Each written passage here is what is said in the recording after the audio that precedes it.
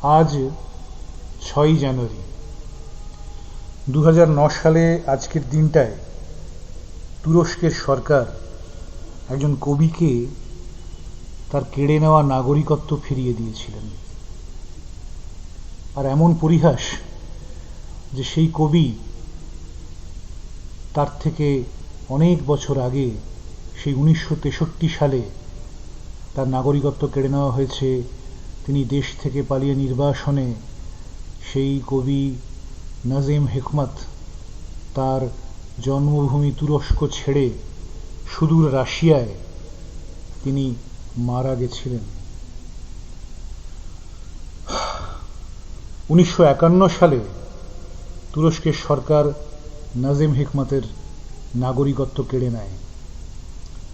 1963 সালে তিনি মারা গেলেও 1965 পর্যন্ত নাজিম হিকমতের কবিতা সুদূর তুরস্কতেই নিষিদ্ধ ছিল।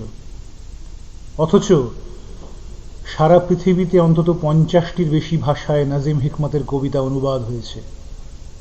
বাংলা ভাষায় তার কবিতা অনুবাদ করেছেন সুভাষ মুখোপাধ্যায়।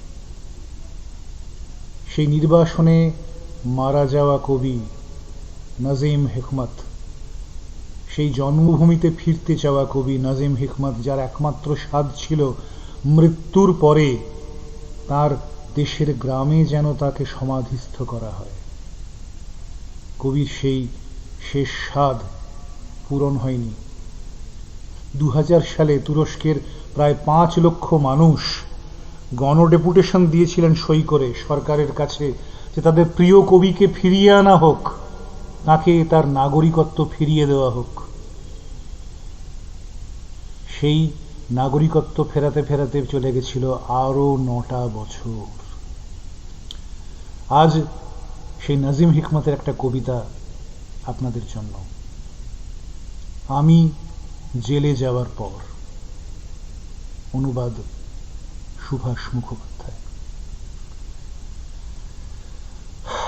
জেলে এলাম সেই কবে, তারপর 10 বার সূর্যকে প্রদক্ষিণ করেছে পৃথিবী। পৃথিবীকে যদি বলো, সে বলবে কিছুই নয়, অনুমাত্র কাল। আমি বলবো আমার জীবনের 10টা বছর। যে বছর জেলে এলাম একটা পেন্সিল ছিল, লিখে লিখে খইয়ে ফেলাতে 1 সপ্তাহ লাগেনি।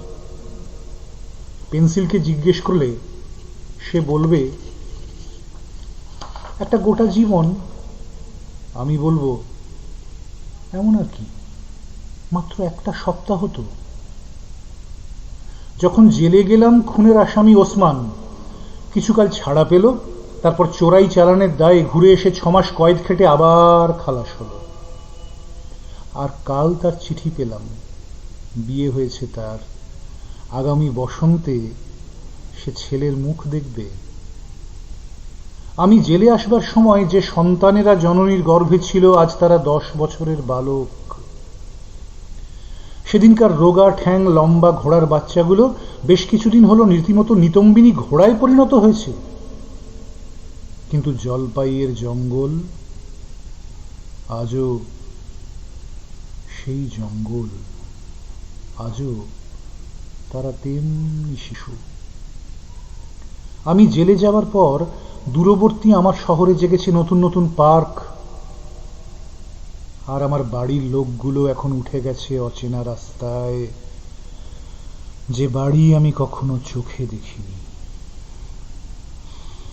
যে বছর আমি জেলে এসেছিলাম, রুটি ছিল তুলোর মতো সাদা। তারপরই রেশনের যুগ। এখানে এই জেলখানায় লোকগুলো মুঠিভর রুটির জন্য হন্যে হলো। আজ আবার অবাধে কিনতে পারো, কিন্তু কালো বিস্বাদ সেই রুটি।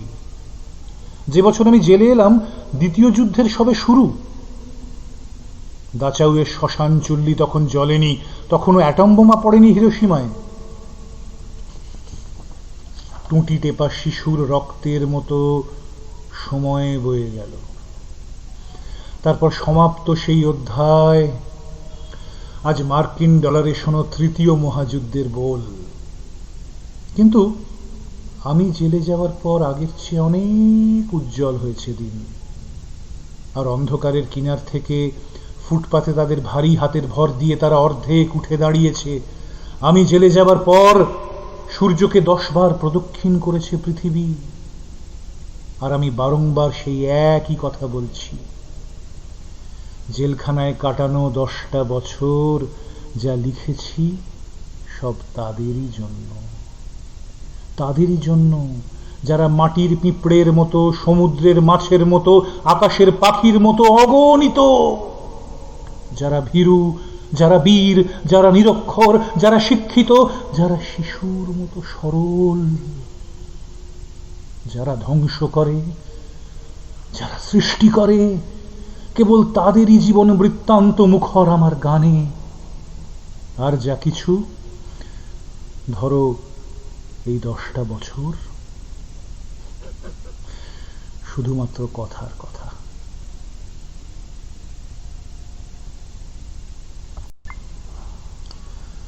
নাজিম হিকমত চেয়েছিলেন তার দেশে ফিরে আসতে,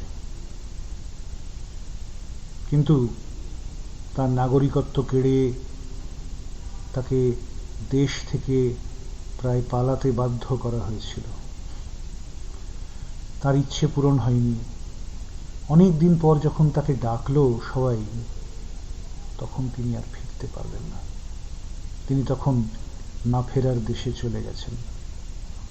আসলে কিছু কিছু ডাক ঠিক ডাকার সময় না ডাকলে বড় দেরি হয়ে যায়, তখন চাইলেও আর তাকে ফেরানো যায় না, বড্ড দেরি হয়ে যায়।